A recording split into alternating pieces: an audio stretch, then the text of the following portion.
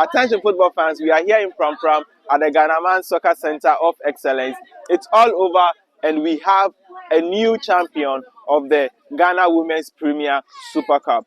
Dreams FC went head-to-head against a familiar foe, which is Ampem Dakwa, and in the end, they won the game by 2-1. Sarah broke the deadlock in the first half, and in the second half, Stella Nyamiche doubled the lead from the spot. It was a lifeline that Ampem Dakwa pulled one back in getting to the latter part of the game, but unfortunately, it wasn't meant to be. Their top goal scorer, Mary Sugar Amponsa, unfortunately wasn't able to find the back of the net for the first time in this competition.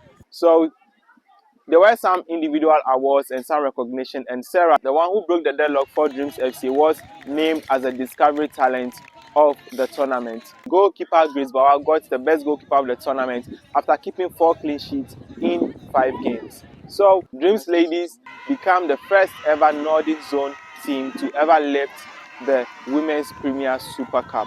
So Hazakis ladies defeated Faith ladies by 2-0 in the third place playoff, which made them the only team to make it to the podium since the inception of the tournament. Going into the new season, all teams are hopeful that this preseason build-up will be able to help them to do much more in the major league. So I'm here with Adepa from Media General. So Adepa, you have been here for the past couple of days covering this tournament. How do you see it so far? Okay, I must say this season or maybe this tournament has been special. Looking at the previous one, they did at Chebi, they did some also at Tamale, and then they also did the first edition in Accra. And I must say this one is so special. The organization, how the players are acting like professional players. They have times this team will come and train, time this team will play. Everything was like well organized. So I would say this time around it was special. It was in a good shape and also a different ball game together. First time having a team from the Northern Zone winning this trophy. How do you see this going forward into the next season? Okay, I was telling my people that this is a new record, new history set for Women's Premier Super Cup, because we know from the first edition to the third edition, the winners, all of them are from the Southern Zone. But now we had 2 from the Northern Zone competing for the cup, and then we had Dreams Lady taking it from one of the best female team or a club that we know, that's happened that way. Taking it from them, this is so special, and then I must say I'm very happy and also proud of Dreams Ladies, and also the Northern Zone now they can boast of Women's Super Cup. So I must say they did well, and then this is a new record and new history set for Women's Super Cup. 4th edition of the Women's Premier Super Cup. I mean, for you, how has it all gone? Okay, so for the 4th edition of the Women's Super Cup, I think last year was good, but this year's is better because being part of the committee as a vice chairperson, it hasn't been very easy, especially when it comes in terms of sponsorship. But I would say that on the whole note, so far, the best, because looking at the organization and planning, and even talking about the grand finale, superb. And I think the players did excellently well because they played and they brought everything out from them. So I would say that so far, the better. For the very first time, we have a team from the Northern Zone winning the trophy. Being the vice organizer of the program, I mean, how do you feel? Okay, so this talks about that with the Northern Zone, they were well prepared before they came, because I think the finalists were having 2 from the Northern Zone.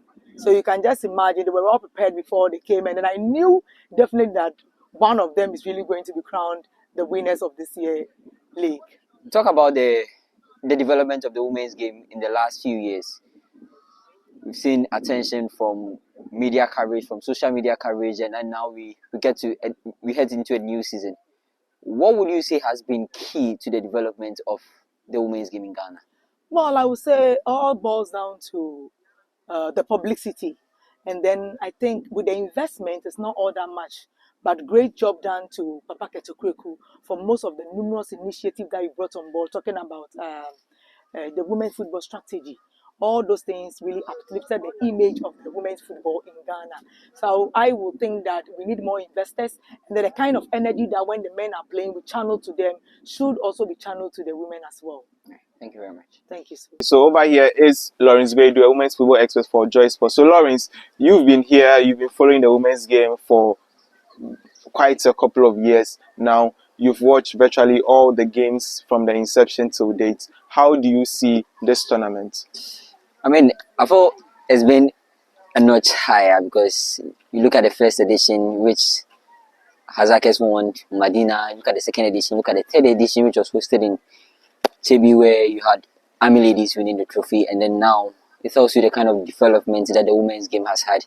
I'm particularly impressed by the fact that we had two Northern Zone teams going to the final because they have been struggling to get their hands on the trophy. Look at the Prampram ladies, look at the others. I mean, for Prampram ladies, you would want to feel a lot for them because they've been close, not once, twice. I mean, it's it's heartbreaking. It's heartbreaking. But then you have to gather yourself. For me, I am particularly happy that we get to experience this kind of competition every year before the start of the Women's Premier League season. So in talking about heartbreak, I know that there's a team from Southern Zone that experienced back-to-back heartbreaks, which is Hazakes ladies. They missed out in the Wafubi and they came here with hopes that trying to recover from the experience in Ivory Coast. And unfortunately, they were not able to make it to the final, although they made it to the podium. How do you see the development of this team? I mean, from the Wafubi Champions League qualifiers, you want to mention one of few things that went wrong. The fact that they didn't have a strong team, they had some players away, they didn't have the head coach in charge. All of this, coupled with some other factors, led to the downfall in Ivory Coast. But then they came here, regrouped, and then they went all out. Could have been much better for them until that game against Dreams, which was unfortunate, I would want to say, because in the first half they were quite poor. In the second half they came into the game, but then I mean it doesn't always go well for you. It doesn't always go the way you want it to go. But then kudos to them. They've played well. They've come into this tournament with little experience. You would want to talk about the fact that they have the core of the team. But then if I want to talk about experience, you want to talk about the winners in the team, those who have been there and won it before. They lack that. Probably you want to give credit to someone like Comfortable who's been there and then knows what it means to win trophies. Grace Bauer who's been there and knows what it means to win trophies. But then the core of the squad, the majority of the squad have not been there before. They don't know what it feels like to be on this stage, to suffer heartbreaks, to put in that effort and then clinch the trophies when it matters most. So, I mean, in all, you want to give them the credits. You want to give the technical team the credits. The fact that they've lost their head coach, you want to give that a mention as well.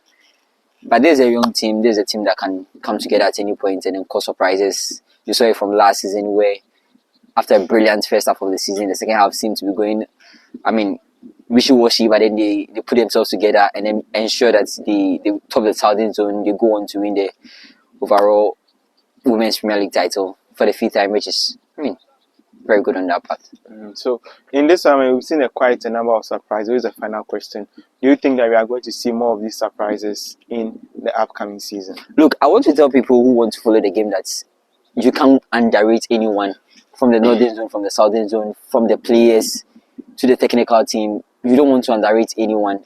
I am particularly happy for Dreams Ladies.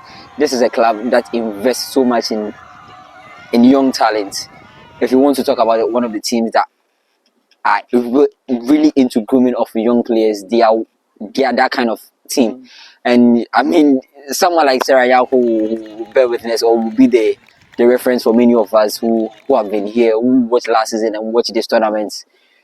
Watch out for them, those in the Northern Zone. I mean, they could cause a few surprises.